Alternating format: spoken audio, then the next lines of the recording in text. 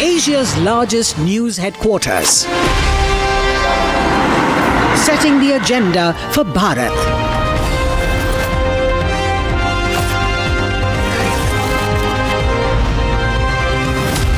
You're watching Republic.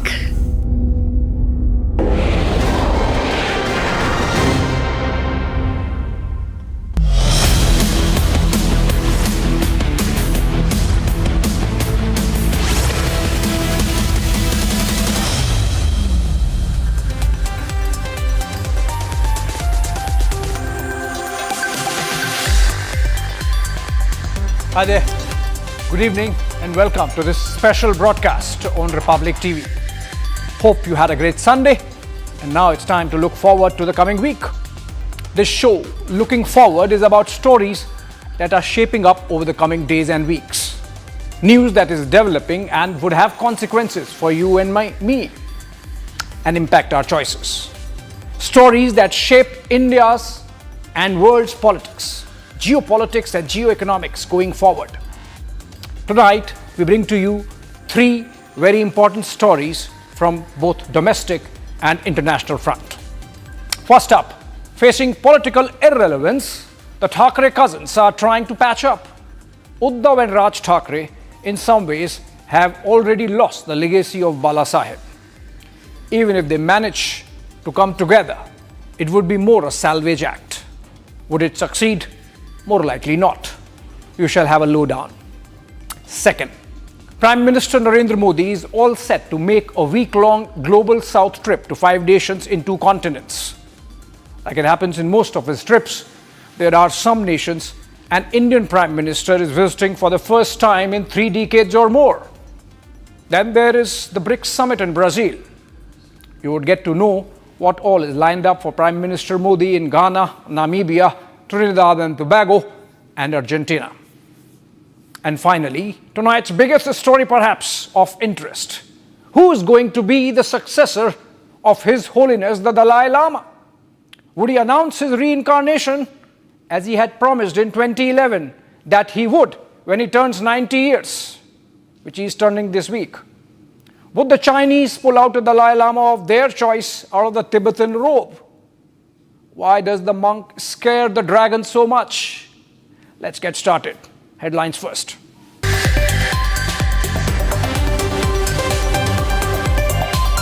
Probe into the gang rape of law student in Kolkata intensifies. Special investigation team probing the case has been expanded from 5 members to 9 members.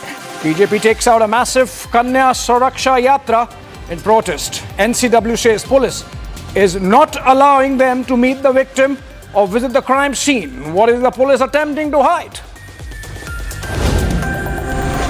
While TMC stands in the dock over the issue of protection of women in the state, its MPs are busy locking horns among themselves.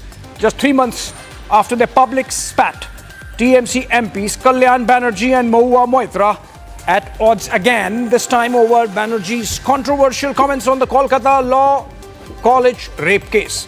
This comes after Mahua rebuked Kalyan Banerjee for his misogynistic remarks on the Kolkata rape horror, replying to which Kalyan Banerjee made another inappropriate personal comment on the party colleague. Maharashtra government has taken a step back in the face of rising criticism over alleged Hindi imposition. The controversial resolution that sought to implement a 3-language policy across schools has now been withdrawn. The move came after strong political backlash, particularly from opposition parties and Marathi groups who accused the state of diluting regional identity under the guise of linguistic harmony. Karnataka Congress MLA H.A. Iqbal Hussain claims that Deputy CM D.K. Shivkumar may get an opportunity to become Chief Minister of the state within the next 2 to 3 months. The statement comes amid reports of dissatisfaction from the Siddaramaiah-led administration by the sitting MLAs. To douse the embers of revolt, Congress has dispatched State in charge Randeep Surjewala to meet the dissenting legislators tomorrow, that's Monday. Stampede took place at 4 a.m.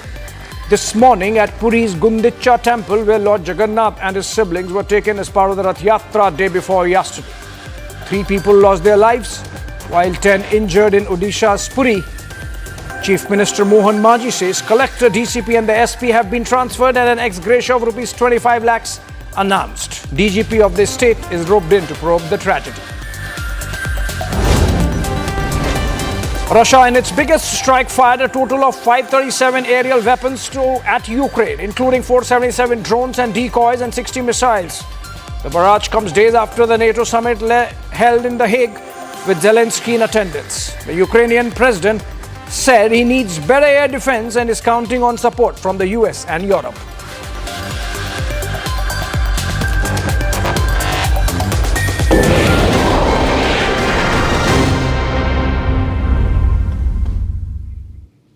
Welcome back again, friends. Our first story tonight is one of legacy.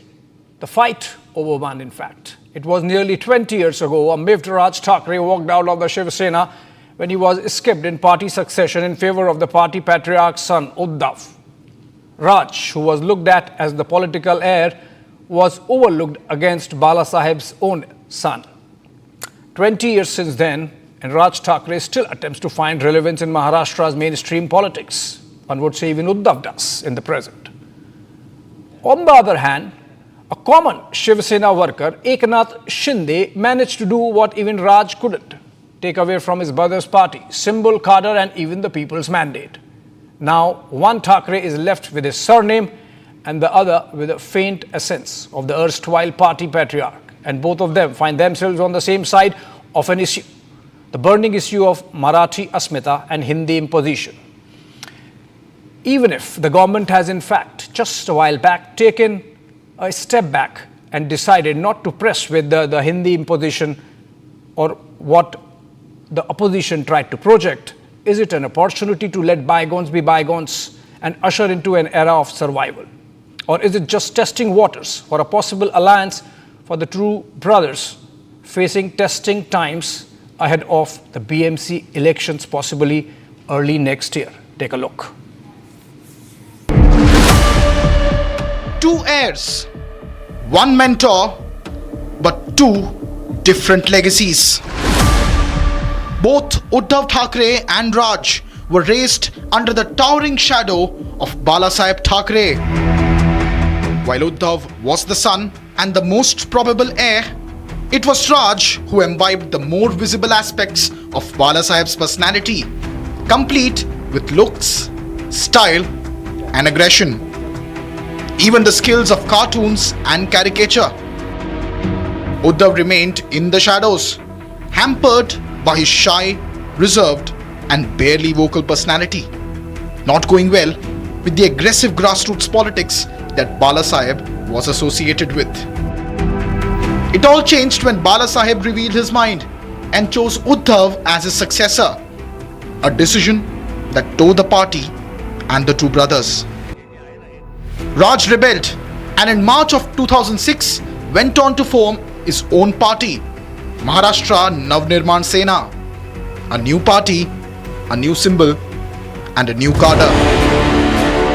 Uddhav, on the other hand, had everything: the party, the symbol, a loyal cadre and even Balasaheb's blessings.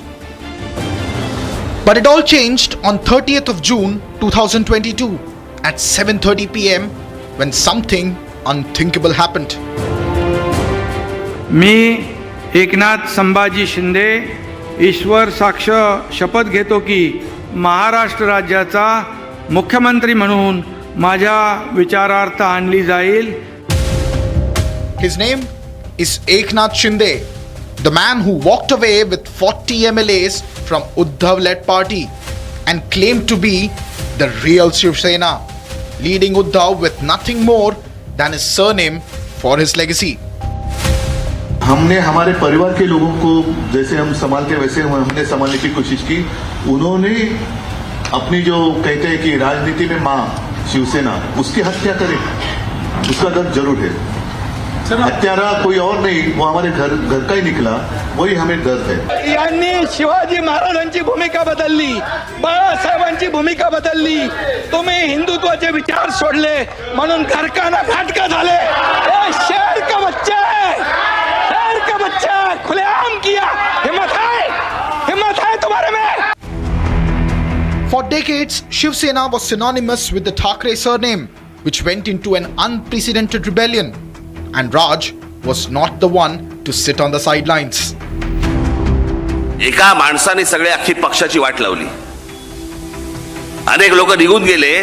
त्या लोकांना हे म्हणतात गद्दार आहेत. अरे गद्दार तर घरात तिथे बसलाय, ज्यांनी पक्षाची गद्दारी केली.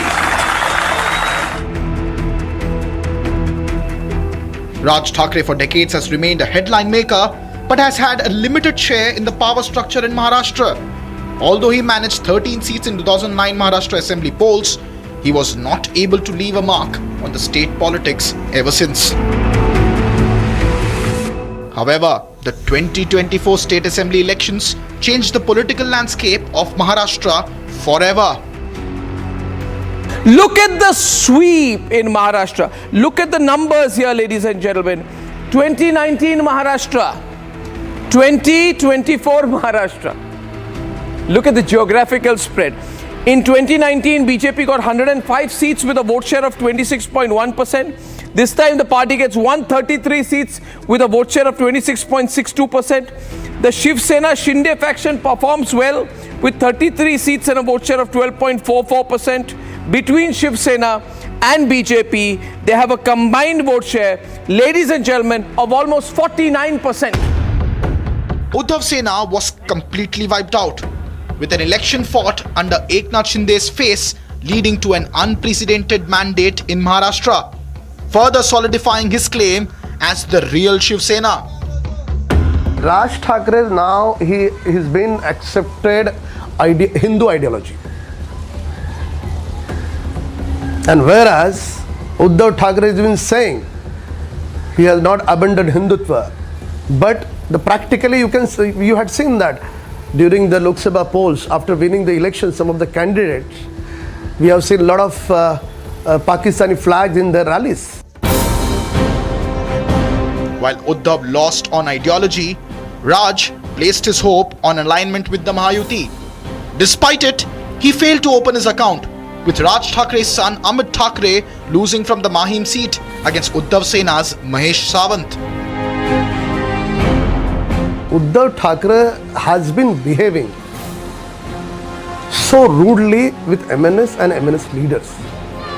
You do not forget in 2024 when Raj Thackeray's son was contesting from Mahim, Uddhav Thackere intentionally asked his leaders make sure that Amit Thackere will defeat in the election.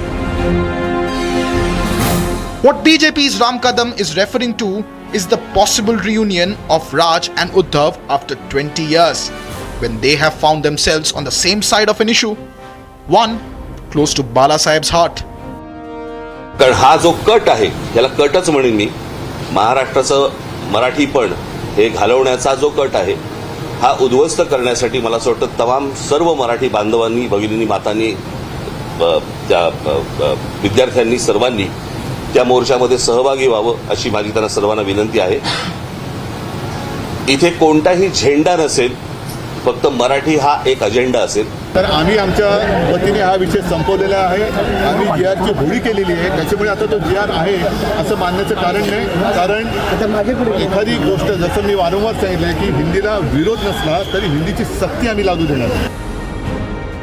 On July 5th, 2025, later this week, Raj and Uddhav are coming together to hold a rally on the streets of Mumbai against Hindi imposition in Maharashtra.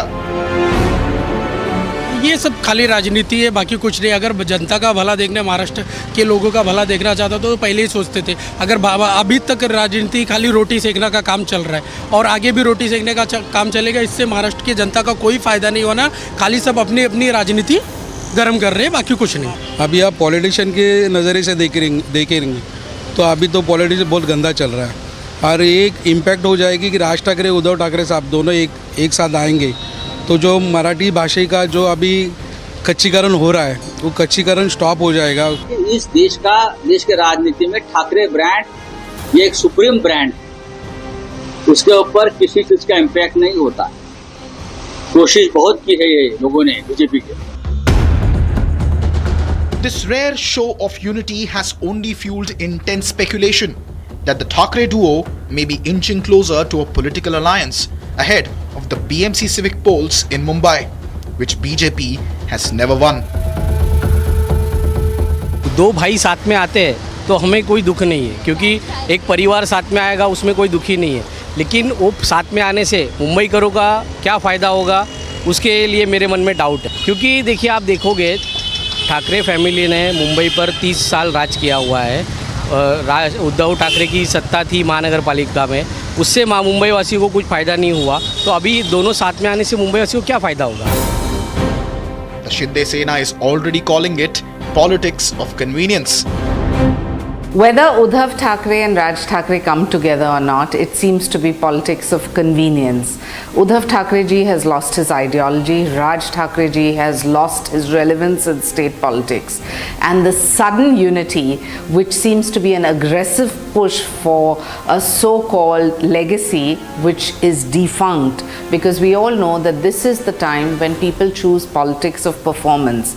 They want genuine cultural awakening and not just an alliance for looking at the BMC elections. Just a couple of months ago, Eknath Shinde had met Raj Thackeray at his residence, allegedly to discuss the BMC polls. Raj Thackeray ji ने स्नेह भोजन का निमंत्रण दिया था, 2-3 महीने से चल रहा था। मेरी भी सभाएं थी, सब जगह जाना आना था। मैं यहाँ पर आ गया, स्नेह भोजन हुआ। ये सदिच्छा भेंट थी, ये कोई पॉलिटिकल मीटिंग नहीं थी। MNS says there is no political angle. The protest which we are carrying out on 5th July is not a political protest. Let me be very clear about this. And it is the protest for the pride of Marathi language. The government which is trying to impose Hindi on us, the protest is against it. If you are talking about a political alliance, it is not the agenda right now. The agenda is the imposition of Hindi. Now the question looms, will brand Thackeray create waves in Maharashtra's turbulent politics? Absolutely not. People have rejected the so-called surname brands of the Thackeray's and the Gandhis. People want to see delivery, which the Mahayuti has done. The MNS is keeping all its doors open. Question of alliance between MNS and Shiv Sena is concerned, I think that decision can be taken in future by both the leaders, because when you talk about a political alliance, there are lots of angles. It's not just simple seat sharing and all these things. There are lots of angles. Currently, I don't think it's happening. I don't know what will happen in future. Uddhav Sena seems to be quite optimistic at the prospects of the two brothers coming together on one common issue. हमारी party में सारे बड़े फैसले हमारे शीर्ष नेतृत्व लेते हैं आदरणीय पक्ष प्रमुख से उद्धव बाला साहब ठाकरे जी। उन्होंने कहा है कि अगर महाराष्ट्र की जनता को जो पसंद है वो हम करेंगे, महाराष्ट्र के दिल में जो है वो करेंगे। राज ठाकरे जी, उद्धव ठाकरे जी रिश्ते में भाई हैं, मित्र हैं, बहुत साल साथ में काम भी किया है उन्होंने। तो स्वाभाविक सी बात है कि राजनीति में कभी कभी महाराष्ट्र के लिए सब कुछ त्यागना पड़ता है। सबसे पहले हमारा महाराष्ट्र है, उसके बाद फिर राजनीति है। Both Uddhav and Raj are now looking at dented relevance and are seeking revival. What Shiv Sena, UBT and MNS leaders believe that Uddhav's grassroots network and Raj's fear oratory skills can consolidate a divided vote bank. Maharashtra Navnirman सेना भी मराठी मानुस की बात करती है, हमारी शिवसेना भी मराठी मानुस की बात करती है। जो नकली शिवसेना लेकर बैठे हैं, बीजेपी का जो एजेंडा है कि महाराष्ट्र को, मुंबई को हमेशा नीचा दिखाना है, कमज़ोर करना है, उसको एक प्रकार से नुकसान होगा और दोनों ही पार्टी को फ़ायदा होगा। और जब भी दो लोग मिलते हैं तो ताकत बढ़ती है ना, ये तो इतिहास में हमेशा हमने देखा है। In today's Maharashtra, power sits with Mahayuti. Congress party during his lifetime, I'm talking about Balasaheb Thackeray, he has a big hatred about Congress and Sharad Pawar as far as the ideology is concerned. What about Uddhav Thackeray? He is been still sitting on their lap the difference between ideology. If Uddhav Thackeray wants to join with Raj Thackeray because he's been losing his support, public support, out of 91 corporators of Mumbai, 56 corporators have joined Eknath Shindeji's real Shiv Sena. And a possible reunion of the Thackeray's is more than reclaiming legacy. It is now becoming a matter of survival of the brand Thackeray. जो इंसान अपने खुद के बाप का नहीं रहा, वो किसका हो सकता है? In the ever-shifting sands of Maharashtra politics, the BJP has once again thrown a googly at the Thackeray's. Just hours ago, the Maharashtra government withdrew the government resolution that mandated the three-language formula that was in the eye of the storm. In chess terms, the BJP just threw the chessboard out of the window. The question still remains, what does this mean for the Thackeray reunion? Can the tactical handshake translate into votes? Or will it just be a nostalgic reminder of an era gone long ago? Only time will tell.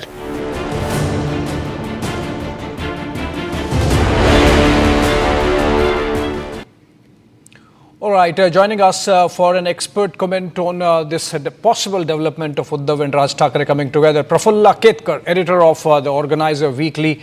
And very good evening to you, Mr. Ketkar. Mumbai belongs to Bala Saheb, but not to the Thackeray's, it seems, as of now, because both the Thackeray's cannot claim to be true legatees of Bala Saheb as of now. So is it the coming together for political survival, as you say? Namaste and good evening. Abhishek, it is not just about the two Thackeray's, it is also about Shinde Sena. So the legacy war, please try and understand, Bala Saheb's politics rested on three pillars. One was Hindutva, two was anti-Congressism, and third was Marathi Manus.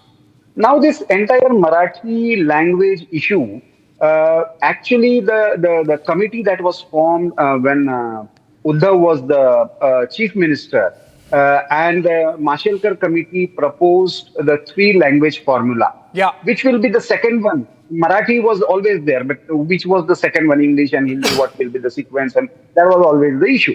Now, suddenly this Marathi Manus, even Bala Saheb Thackeray realized the limitation when 1960s to 1980s, when he relied mainly on Marathi Manus issue, Shiv Sena was limited to Mumbai because there the number of Marathi-speaking people was shrinking day by day.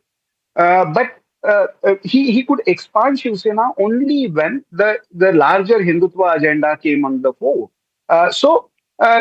Somehow, by aligning with Congress and NCP, Uddhav Thackeray completely lost the plot. In fact, in becoming more secular and getting into Muslim appeasement politics, he completely lost the plot. So they are now trying to find. But what happened if you see today's celebration, Abhishek, after decision to withdraw the GRs and instituting new committee under the chairmanship of Narendra Jadhav, you would see all MNS taking the credit. Shiv Sena is nowhere on the ground, and that clearly shows that organizationally Shiv Sena is on a very weak. Shiv Sena led by Uddhav Thackeray is on a very weak wicket, and therefore it was supposed to be. But now the rally that was supposed to be there, the rally of union that was called the joint rally, now that is called off by MNS. So I don't know how it is going to. Are you suggesting, Prafulla Ketkar, that now that the government has checkmated that move of the two cousins coming together, the possibility itself ends, or you think maybe they will have to now wait for the next available opportunity where they can test the waters on the ground whether their cadres would come together or not? See, the UPT Shiv Sena has a problem of having cadre itself. See, there may be some sympathizers, there may be some office bearers, but the real cadre base that was existing in Thane and Mumbai, the Nasik base was already taken by Raj. Raj had, given a severe dent in the Nasik belt. But in rest of Maharashtra, Shiv Sena UBT lost the ground mainly because of their alliance with Congress and NCP. Now, how they are going to reposition themselves? Because Congress also would find it very difficult to go for a purely a Marathi agenda, because nobody is compromising on Marathi language here. Marathi is there from first standard itself. But if you want to make it this as an issue, then how are you going to defend the report of the Mashelkar committee when most of the people appointed by UBT Shiv Sena were there? So these are going to be the difficult questions. So I don't see the possibility. Right. Interestingly, Abhishek, Right. in last 2 days, Raj Thackeray had a meeting with Eknath Shinde. Yes. Day before yesterday, he had a meeting with Devendra Fadnavis also. Right. So there is another sidetrack of talking alliance with, for municipal corporation election with actually the Mahayuti, Right. and not with Uddhav Thackeray. So you never know. Mr. Ketkar. In Maharashtra politics, I believe Raj Thackeray would be more judicious when it comes to his survival.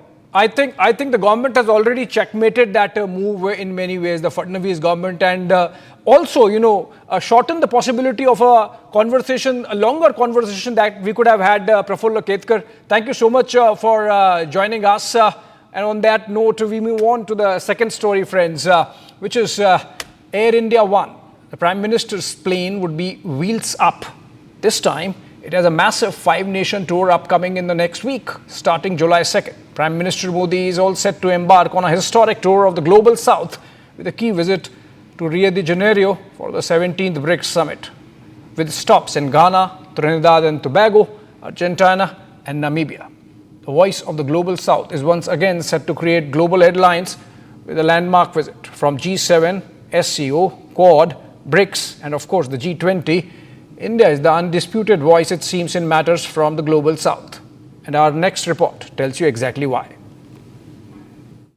It's a great honor to host you at the G7. India has been coming to the G7 since 2018. Just days ago, he was in Canada for the G7 summit.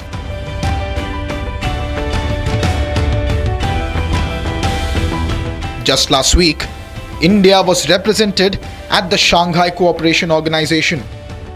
Excellency, I believe that the biggest challenges that we are facing in our region are related to peace, security and the trust deficit. And the root cause of these problems is increasing radicalization, extremism and terrorism. Excellency, peace and prosperity cannot coexist with terrorism and the proliferation of weapons of the mass destruction in the hands of the non-state actors and the terror groups. Dealing with these challenges require decisive action, and we must unite in our fight against these evils for our collective safety and security. Months from now, US President Donald Trump is set to visit India for the Quad Leaders Summit. Quad की अगली बैठक के लिए प्रधानमंत्री मोदी ने राष्ट्रपति Trump को भारत यात्रा का निमंत्रण दिया। राष्ट्रपति ट्रंप ने निमंत्रण स्वीकार करते हुए कहा कि वे भारत आने के लिए उत्सुक हैं।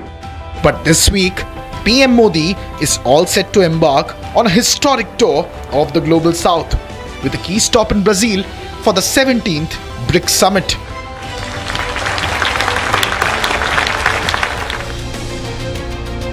India's global influence is growing. With a successful G20 summit held in New Delhi in 2023, PM Modi is emerging as a vibrant voice of the Global South. आदरणीय प्रधानमंत्री जी, मेरे बड़े भाई, आपने अपनी बुद्धिमानी, साहस और करुणा से भरे नेतृत्व से भारत को केवल 10 ही वर्षों में प्रगति की पथ पर अग्रसर किया है। The leader of the Global South, and we will rally behind your leadership at Global Forum. Excellency, today India stands at the vanguard of global progress, guided by a bold and inclusive vision for development, sustainability and technical innovation. Under your dynamic leadership, India has emerged as a strong advocate for the global south. Prime Minister Modi's foreign policy has been very visionary, very far-sighted and clearly anchored in India's own national interests, reaching out to the rest of the world. The principal basis of his foreign policy has been Vasudhaiva Kutumbakam, that you have to consider the world as one family, that India wants to achieve its position in this family. India wants to develop for the sake of its own people, economic development, political development, scientific development, all these all these aspects are there, but we realize that we want to do it in cooperation and in partnership with the other countries of the world. And this is where Prime Minister Modi's foreign policy has provided very strong leadership for India in the rest of the world. PM Modi is all set to embark on a 5-nation tour to some of India's most important partners in the global south. This includes a stop in Ghana, Trinidad and Tobago, Argentina, Brazil and Namibia. The journey begins with the first stop in Ghana on July 2nd. This will be the Prime Minister's first ever bilateral visit to Ghana and the first one by an Indian Prime Minister in over 3 decades. In 2018, President of Ghana had visited India last. In March this year, their foreign minister was in New Delhi for a visit. And this trip of PM Modi is expected to further boost the ties of the two nations in economic, energy and defense collaboration. From a brief stop in Ghana, on July 3rd, the Prime Minister will fly to Trinidad and Tobago for the second leg of his tour. It will be the first visit by an Indian Prime Minister to the Caribbean nation since 1999. Just last year in November, the Prime Minister of Trinidad and Tobago was in Delhi for a bilateral visit. This year, PM Modi is expected to also address a joint session of the Parliament of the island nation. The next step of the visit is perhaps the most interesting one. From Trinidad and Tobago, the PM on July 4th will reach the third destination of his tour, Argentina. This will be PM Modi's second visit to Argentina, with the first one being in November of 2018 for the G20 summit held in Buenos Aires.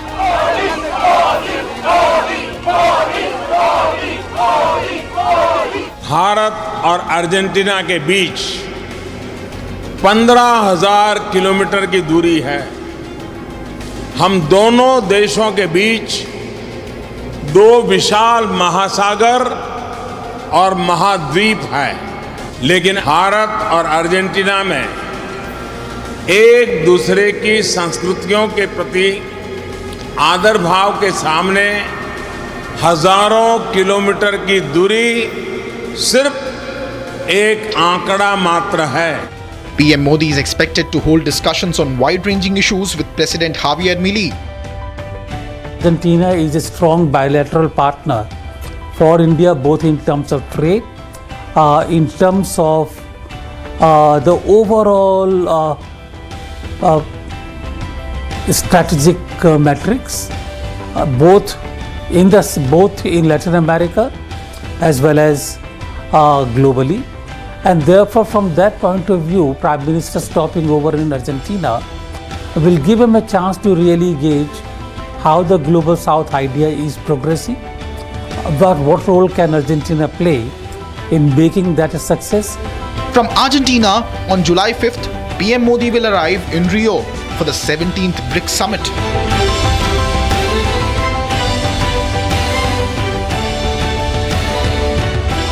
This year's summit is going to be an interesting one. While Brazil is the host nation of the summit, heads of the two states of two important founding nations of BRICS are not going to be in attendance. Just like the 2023 BRICS summit in Johannesburg, President Putin is going to skip the trip to Rio to avoid an arrest under the International Criminal Court warrant issued against him for the Ukraine war. Interestingly, for the first time in 12 years, Chinese President Xi Jinping is going to give BRICS a skip, with Chinese Premier Li Qiang attending instead. The reason for Xi not attending? Reports from Beijing suggest that the Chinese president was miffed with President Lula as he invited PM Modi for a state dinner instead of him. This despite the fact that Lula had visited Beijing on a state visit just last month. Has been speculation in the papers about who is coming and who is not coming. Certainly, the President of Brazil, President Lula da Silva, has given a very, very important profile to our Prime Minister's visit. And in addition to participation in the BRICS summit, in the bilateral visit, he's doing a state dinner. But I think that all this coming in the papers that Chinese President Xi Jinping is not coming because of this, I don't think that is kind of serious at all. I think probably President Xi Jinping has his own internal problems within China, to consider, and that is why he decided not to leave the country, leave his country at this point. Both Xi Jinping and Putin missing in action, PM Modi is expected to take a leading role as the senior-most statesman amongst the founding BRICS members in attendance. I don't think that really will make a huge lot of difference, because whether Putin and Xi were there or even if they were there, it would be difficult to ignore the voice of India at a meeting like BRICS. And India does have a strong voice in the affairs of the global economy as well as BRICS. I think that the respect for Prime Minister Modi will always be there in these summits. Regardless of whether President Xi Jinping is there or President Putin is there or not there, it doesn't matter. I think our Prime Minister, Prime Minister Narendra Modi, has carved a real special place for himself in the opinions, in the hearts and minds of the people of Latin America, Asia and Africa, and they respect him and they are giving him the special treatment and they're giving him special banquet, special bilateral visit. Not every visitor gets a bilateral visit. It's only our Prime Minister who's got a bilateral visit. This indicates the respect and great friendship with which he is being met in Brazil. So our Prime Minister's role would be the same. From Rio, PM Modi will travel to Brasilia, where he will be honored as a state guest by President Lula and will be hosted for an official state dinner where discussions are expected on trade, defense, energy, space, technology, agriculture and health. Brazil also being the host of the G20, obviously the partnership between India and Brazil will make a lot of impact on the growth of both G20 as well as the global south. Brazil is also an important agricultural economy as well as connectivity. If you remember that Brazil is also part of BRICS, and therefore Brazil's participation in BRICS will contribute to the role that Brazil and India will play together in G20 when they meet again at that time. After a 2-night stay in Brazil, the longest of this tour, before returning to New Delhi, PM Modi will make a final stop in Namibia on July 9th. This will be the third ever prime ministerial visit from India to Namibia. Over the years, India and Namibia have worked constructively across sectors to boost their partnership, with bilateral trade even crossing 500 million mark in the last year. One of the biggest memorable collaborations between the two nations being the 8 cheetahs from Namibia in 2022 brought to India for Project Cheetah at the Kuno National Park, which now boasts more than 31 cheetahs. In Namibia, the PM is expected to hold bilateral talks with his counterpart and is also expected to deliver an address at the Namibian Parliament. When it comes to leadership and support to the members of the Global South, India has always walked the talk. साथियों, हम एक दूसरे के पड़ोसी हैं, global south के साथी सदस्य हैं और विश्व में तेज गति से ग्रो करने वाला क्षेत्र है। हम शांतिप्रिय देश हैं, एक दूसरे की राष्ट्रीय अखंडता और संप्रभुता का सम्मान करते हैं और अपने युवाओं के उज्जवल भविष्य के प्रति हम कमिटेड हैं। India's economy is growing rapidly and we would soon be the number 3 economy in the world after the USA and the China. So India is playing a major role. So whether it is SCO or Quad or it is G7, it's going to be difficult to not include India in those kind of deliberative forums. We have a role to play, we have an important role to play. I do hope that this role by India in the various forums will lead to a positive outcome for Indian economy. With this five-nation tour, India is once again set to spread the true spirit of friendship, collaboration and mutual growth with a classic dash of Modi diplomacy.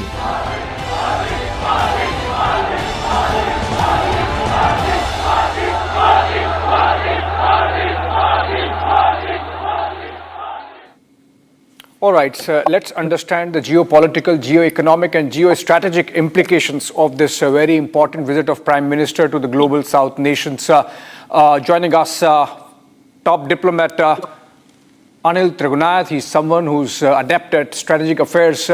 Welcome, sir. And my first question to you, Prime Minister participating in the BRICS summit, but the fact that both Xi Jinping and President Putin are not going to be there, does it impact the importance of the summit in any manner?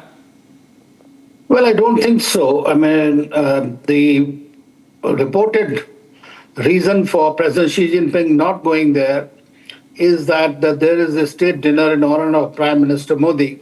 Hence, he probably thought that it was something that was letting him down. But at the same time, his Prime Minister is going to be there. And Russia, obviously, because of the warrant that is there, international warrant by the ICC, President Putin is not traveling there. And he'll be represented by Foreign Minister Lavrov. Now, it has happened in the past. We have also not attended some of the summits. So it happens off and on. That gives an idea. That gives an idea of the kind of importance in the mind of Xi Jinping.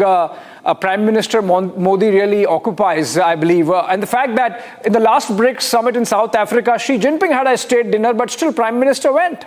And this week-long foreign visit of the Prime Minister seems to be designed for Global South. So Ghana, Namibia, Trinidad and Tobago, and of course Argentina, along with Brazil and South America. That seems like a clear, sharp focus on Global South. Indeed. I mean, as far as India is concerned, that is our natural constituency. India has emerged as the voice of the Global South. We have ourselves, during our G20 presidency, held two summits. One before actually within the short time of taking over the presidency, and the second after the summit, in order to convey what we have been able to achieve.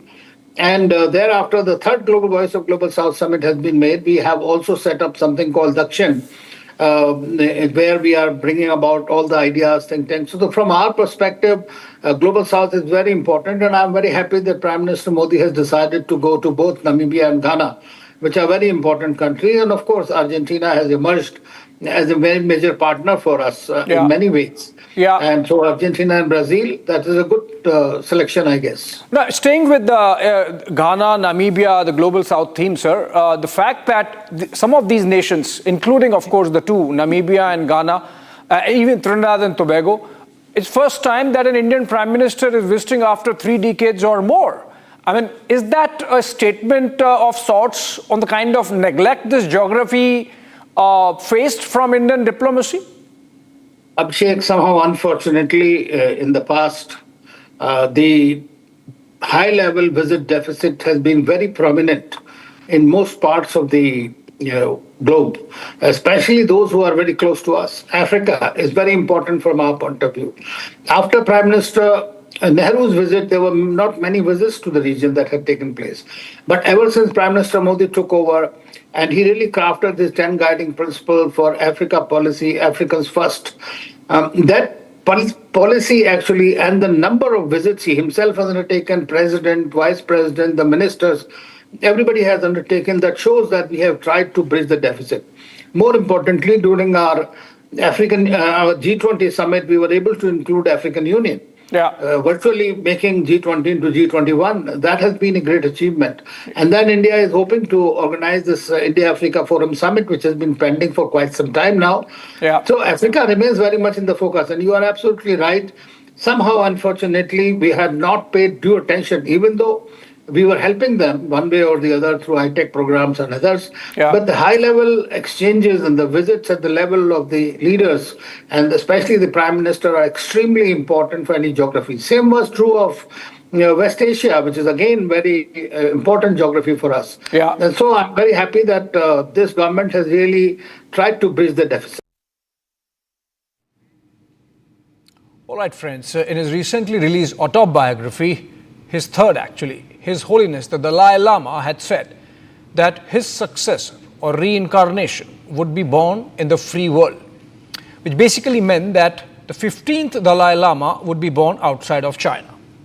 Back in 2011, he had also said that when he turns 90 years, he would confabulate with key monks, lamas, and important people within Tibetan Buddhism and decide who would succeed him.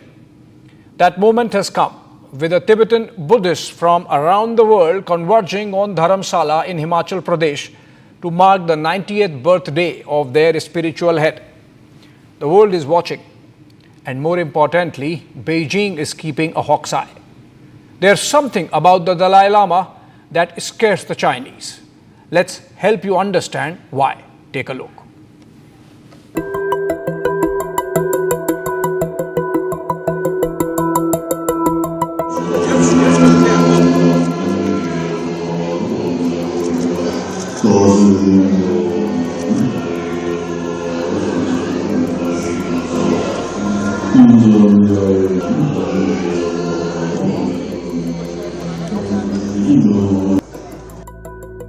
His Holiness the Dalai Lama is turning 90 on July 6th.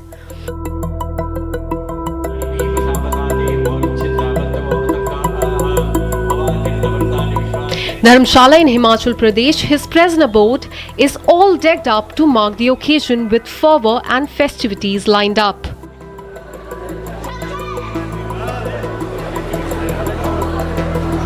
क्योंकि वो एक competition और love and competition का एक God है हम लोग के लिए, है ना?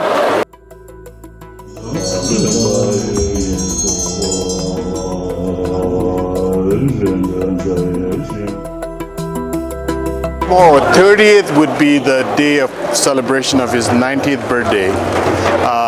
So it will be a whole day of celebration, and it's particularly organized by the people of eastern region of Tibet called Amdo, and the festivities, the decorations and everything will reflect that aspect of the culture, and there'll be a lot of dignitaries coming from all over the world, Buddhist world, and our own community, and many more. So this will be very festive and very joyful celebration to really reflect on how great and important His Holiness is, not just for us, but for promoting the peace and happiness for the world.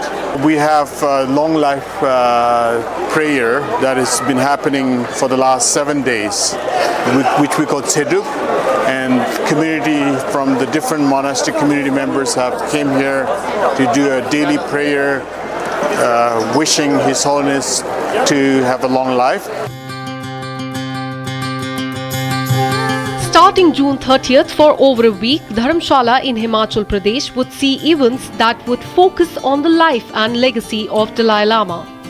Among them a 3 days Buddhism conference, lots of rituals and prayers, and of course, a birthday party. We wish to High Holiness for his long life, good health, and flourish his teaching around the world, benefit of human community, and establish peace, harmony, and happiness. But the most awaited moment, not just in Dharamshala or India, but the entire world, would be the one when Dalai Lama addresses the faithful. For on his 90th birthday, he is expected to announce or indicate who his successor or reincarnation, the 15th Dalai Lama, would be. So in 2011, His Holiness the 14th Dalai Lama said that he would say something about his reincarnation when he turns 90th. But one thing that we have to keep in mind is, if you read that statement, it has clearly said that when he turns 90th, he would consult with all the lamas of Tibetan religious sects and Tibetan people in particular to to know whether they should have the continuation of the institution of the Dalai Lama or not.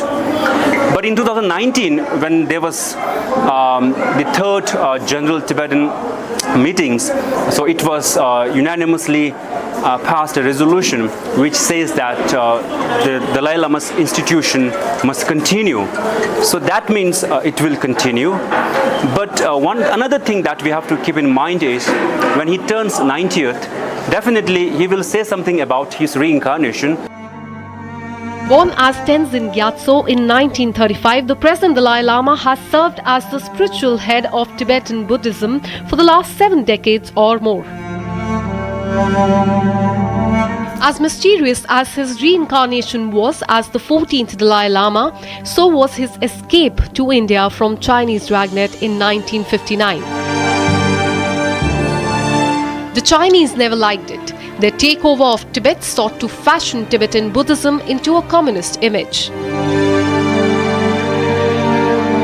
Dalai Lama became the face of that resistance.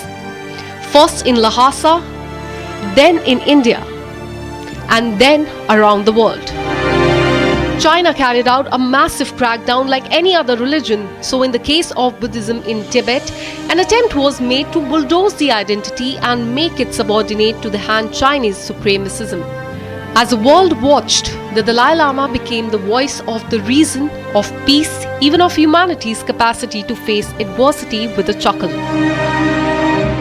Hollywood provided heft, movies got made, Beijing frowned, tightening its grip over Tibet. Out of nowhere, China produced their own Lama, the second highest spiritual position,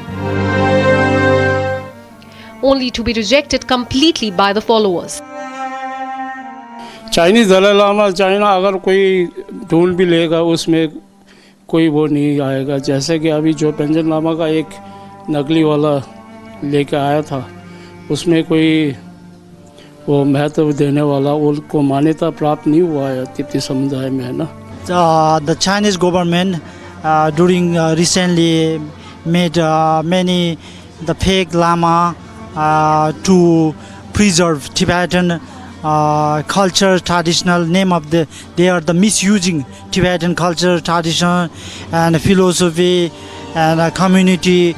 They are the misusing name of the Tibetan people. Reincarnation के लिए अब जैसे कि पूरा विश्व जानता है दलाई लामा जी का जो भी रीइनकार्नेशन होगा, पुनर्जन्म का जो भी होगा, तो वही हमारा जो अलग से जो एक दलाई लामा जी की जो खोजबीन करते हैं, जो लामा जो हमारे तिब्बती के अंदर होते हैं, तो वही उनको खोजबीन करेगा. और जो दलाई लामा जी अपना जो अभी 14वां जो दलाई लामा जी है वो अपना जगह ते सब खुद बता के जाते हैं कि इस तरह से होगा, वहाँ पे होगा. तो इसलिए जो भी होगा दलाई लामा जी और हमारा तिब्बती के सबके समुदाय के अंदर ही पता चलेगा कि इनका अगले जन्म कहाँ होगा. चाइना वाला जो हर कोई मनाता है वो बिल्कुल बनता है, जो दूसरा लामा जो बनाते रहते हैं वो सब झूठ होता है और झूठ का पूरे विश्व में पता चल जाता है ये झूठ है, क्योंकि ये हर दम एकदम अपने तरफ से जोर जबरदस्ती करके ही बनाते हैं जो है. These voices on the ground are a glimpse of how Chinese machinations are seen on the sensitive issues of reincarnation. Dalai Lama जी का अभी पुनर्जन्म या उनके रीइनकार्नेशन के बारे में अभी चीन सरकार बहुत अभी जल्दी में है, लेकिन परम भवन जी ने भी बहुत ही अवसर में कहा कि अभी कोई जल्दी नहीं है. अगर चीन सरकार कोई उनका रीइनकार्नेशन में कोई दखल डालना चाहेंगे तो पहले उनको अपना माओ ज़ेडोंग, तेंग शॉपिंग इनका रीइनकार्नेशन के बारे में सोचना चाहिए, ना कि परम पावन जी के बारे में, क्योंकि ये हाथ में चीन जो है वो कम्युनिस्ट है, जो नास्तिक है, वो रिलीजियस मैटर्स में उनका ये दखल देना सही नहीं लग रहा है. These are strong sentiments, a barometer of how China is seen by the followers of Dalai Lama. One thing becomes clear going by these voices, that China has suspect locus on the issue. What if China decides to go ahead and decides to have its own Dalai Lama instead? Would we have two Dalai Lamas in the world? Dalai Lama जी का जन्म या reincarnation एक खेल खेलना था उनको। जो pension Lama के बारे में भी उन्होंने ये किया था, लेकिन वो सबसे बड़ा गलती था उनके। उन्होंने जो हिसाब लगाया था वो नहीं हो पा रहा है अभी तक वो जो असली वाला है उनको अभी तक 30-35 वर्ष अभी तक जेल में रखा हुआ है, किसी से मिलने नहीं दे रहा। उनका स्वास्थ्य और जीवित है या नहीं किसी को उनके बारे में जानकारी नहीं है। The Dalai Lama has himself spoken on the subject as recently as a couple of months ago in his book, The Voice of the Voiceless, making it clear that his successor will not be from China. He has made it very clear that his reincarnation would born, quote unquote, in a free world. And at the same time, he also said that he would leave a written instruction when he passes away. So these two instructions will definitely help finding the reincarnation of the Dalai Lama. The book received sharp reaction from Chinese Foreign Ministry. 14世达赖是一个披着宗教外衣从事反华分裂活动的政治流亡者，根本无权代表西藏人民。关于达赖转世的问题，活佛转世是藏传佛教特有的传承方式，有固定的宗教仪轨和历史定制。达赖喇嘛活佛传承世系形成发展于中国西藏，其宗教地位和名号也是由中央政府确定的，已经有几百年的历史。China wants the next Dalai Lama as per their rule. There's no point of expectation or something like. My point is that, like the Chinese, they don't have a religion. They're against religion, to be honestly speaking, right? So how come they will reincarnate the 14th Dalai Lama? The reincarnation, regarding the reincarnation of 14th Dalai Lama, the Dalai Lama himself will decide who will be the next reincarnations, yeah, not by the Chinese or not by any of the government or any of the organizations. And if the announcement happens now, wouldn't the Chinese get time to make a counter move? If he says something very exact about his reincarnation, I'm sure the Chinese will have plenty of time to counter this argument and statement, so that they will definitely think about how to counter the statements made by the Dalai Lama, and they will definitely think about another way to fight for the succession of the Dalai Lama. Which means that His Holiness might go through the motions of consultation over the next 1 week, but bid his time when it comes to the actual announcement. We all know that His Holiness has a very good political acumen. He's a very good political acumen. So he knows exactly how to deal with the Chinese government. Irrespective of whether His Holiness makes the announcement this coming week on his birthday, China would be on tenterhooks and watching the developments closely. The monk clearly scares the dragon no ends.